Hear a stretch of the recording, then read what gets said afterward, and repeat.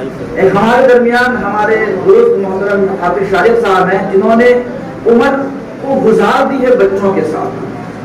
تو اللہ تبارک و تعالیٰ نے ان کے اندر چند اوصاف چند خصوصیات لا کے رکھی. وہ خصوصیات یہ ہے کہ نفسیات کے بڑے ماہر، نفسیات کو بہت جلدی پرکھ لیتے ہیں. آپ کیا سوچ رہے ہیں، آپ کیا چاہ رہے ہیں، آپ کا تقاضا کیا ہے، یہ دیکھ کر کے سمجھ جاتے ہیں. یہ نفسیات پر اللہ تبارک و تعالیٰ نے انہیں مہارت عطا کی. ایک لمبے وقتوں سے تدریسی فریضے کو یہ انجام دے رہے ہیں. کئی طالب علم انہوں نے نکالے اور ابھی الحمدللہ ابھی ایک ہفتہ پہلے ان کے ادارے میں بھی جانا ہوا تھا. تو جو ان کے بچے ہیں، جو طلبہ و طالبات ہیں جو 10ویں CBSE بورڈ سے جن طلبہ و طالبات نے امتحان دیا، اور جو طلبہ بچے نے جو رزلٹ لایا وہ 90+، بلکہ ایک بچے نے 99% لایا، کچھ نے 95، 96، 97. یعنی کہنے کا مطلب یہ ہے کہ ان کی محنت سے زیادہ اپنے طلبہ و طالبات کی حوصلہ افزائی بہت کرتے ہیں. کیونکہ نفسیات پر ان کو پرکھ ہے، نفسیات پر پکڑ ہے. بچوں کو کس انداز میں اس کو سنبھالا جائے. کبھی یہ لاٹھی ڈنڈا نہیں چلاتے. آپ ان کی زندگی کو دیکھیے گا تو لمبے وقفے سے یہ تدریسی فریضہ انجام دے رہے ہیں.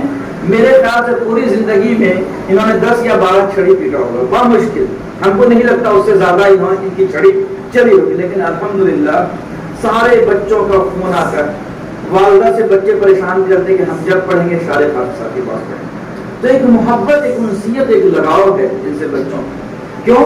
کیونکہ انہوں نے اس عمر کو گزارنے کے بعد اور خدمت کرنے کے بعد اللہ تبارک و تعالیٰ نے یہ اوصاف، یہ کمال ان کے اندر عطا کر دیا ہے. 2-4 منٹ جو ہے آج وہ ہمارے اقرار پر اور صرف آپ لوگوں کی محبت کی وجہ سے یہ امتحان آپ ہوا. یہاں انہیں بھی پتا ہے کہ ہم بھی فقیر آدمی ہیں، نہ ان کو کچھ دے سکتے ہیں نہ ان سے کچھ لے سکتے ہیں.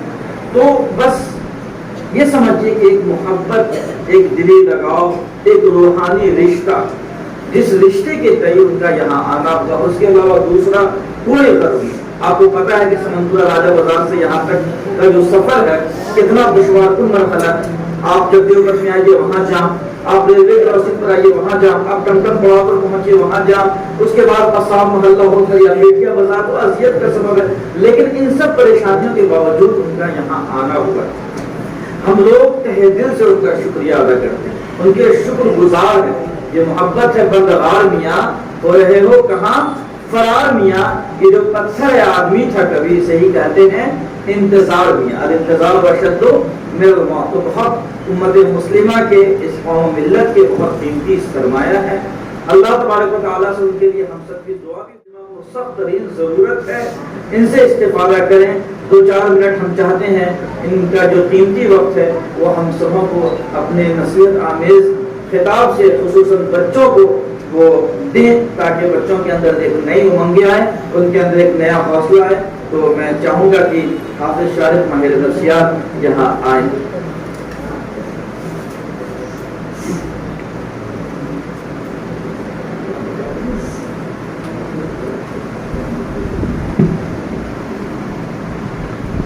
السلام علیکم ورحمۃ اللہ وبرکاتہ.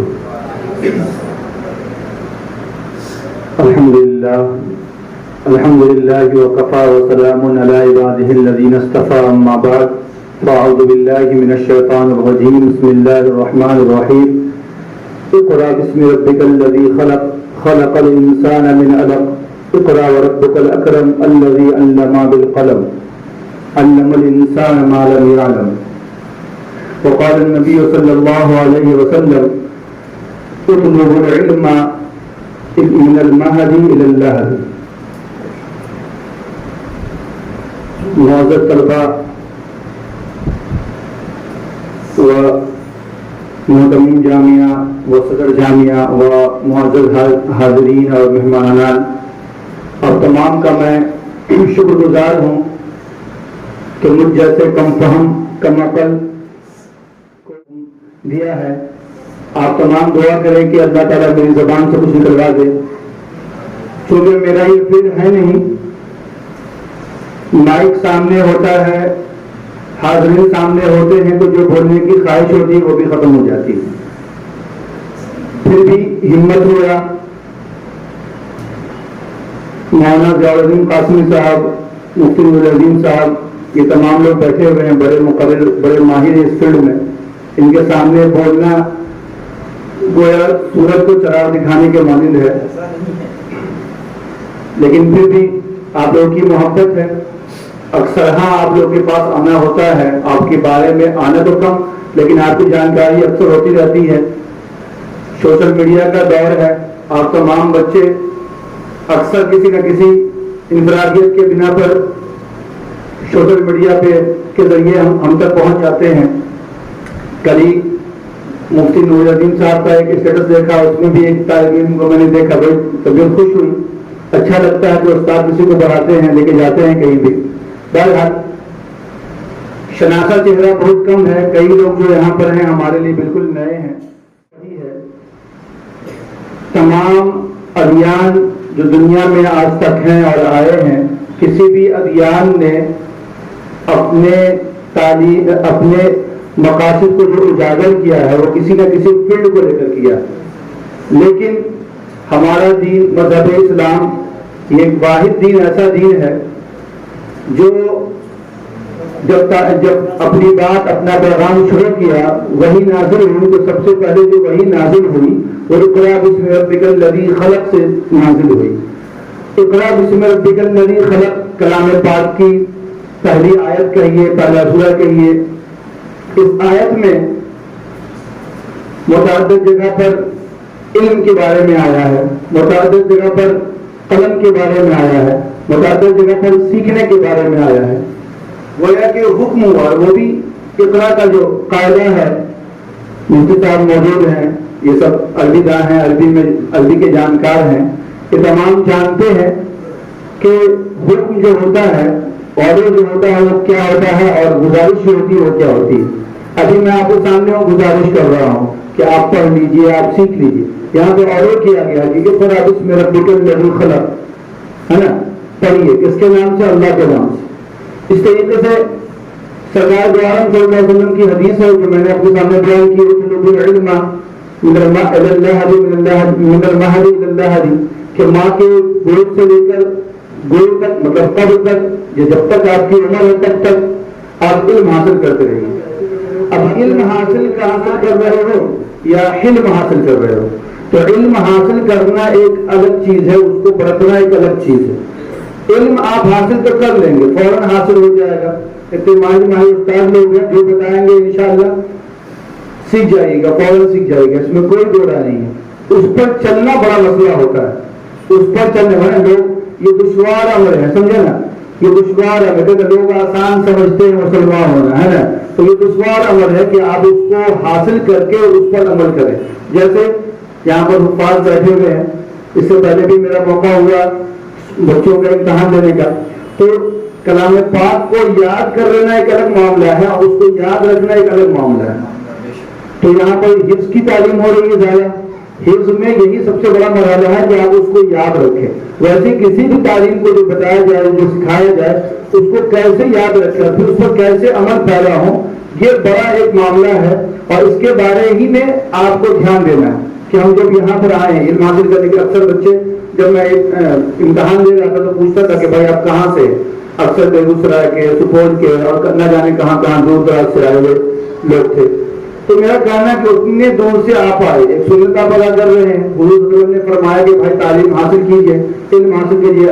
اللہ نے بھی فرمایا کہ بھائی علم حاصل کیجیے، آپ اس کے لیے تشریف لیتے آئے، اچھا ادارہ آپ نے چن لیا، اچھے اساتذہ کا انتخاب کر لیا، لیکن اتنے دور سے یہاں پر آنے کا مقصد کیا ہے؟ آپ کے یہاں بھی تو تعلیم ہوتی ہے ماشاءاللہ سے، ہر ادارے میں، ہر علاقے میں ادارے ہیں اور ہر ادارے میں تعلیم ہوتی ہے۔ اسی طریقے سے کہیں پر اس سے زیادہ اچھی تعلیم ہوگی، کہیں پر اس سے بری تعلیم ہوگی، بہت اس کا فرق ہوگا، لیکن تعلیم تو ہو رہی ہوگی۔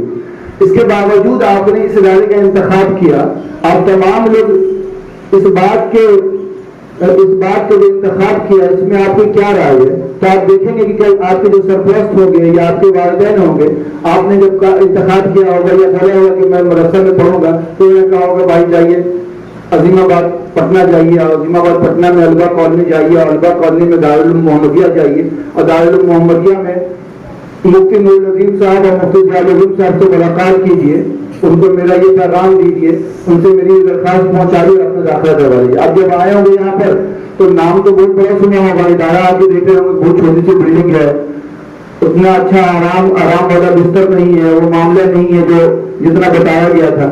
خیر ادارے میں یہ سب کمیاں ہوتی ہیں، استاد نے بھی آپ کو فرمایا نہیں، لیکن ایک بات اور بھی بتا دی کہ آرام اور عشائش کی جگہ کہاں ہے؟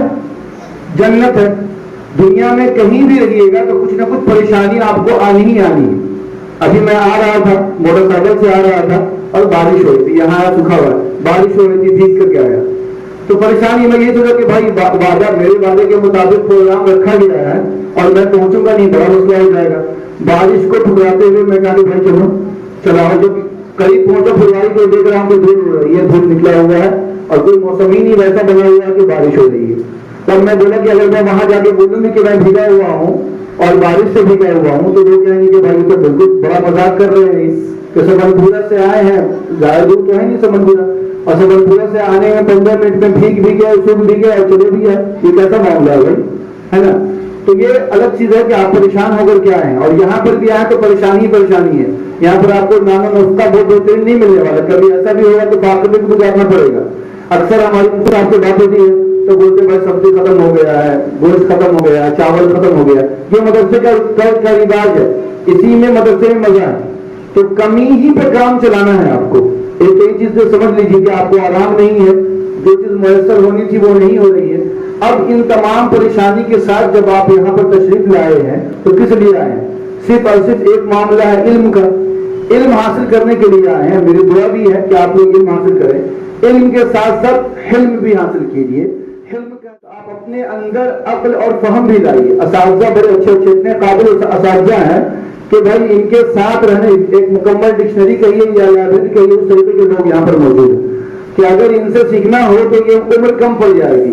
ہم جیسے لوگوں کو جو تھوڑا بہت علم رکھتے ہیں، ہم جیسے لوگوں کو بھی ان کے پاس اگر بیٹھنا ہو سیکھنے کے لیے بیٹھے تو میری عمر کم پڑ جائے گی، ان کا علم ختم نہیں ہونے والا ہے۔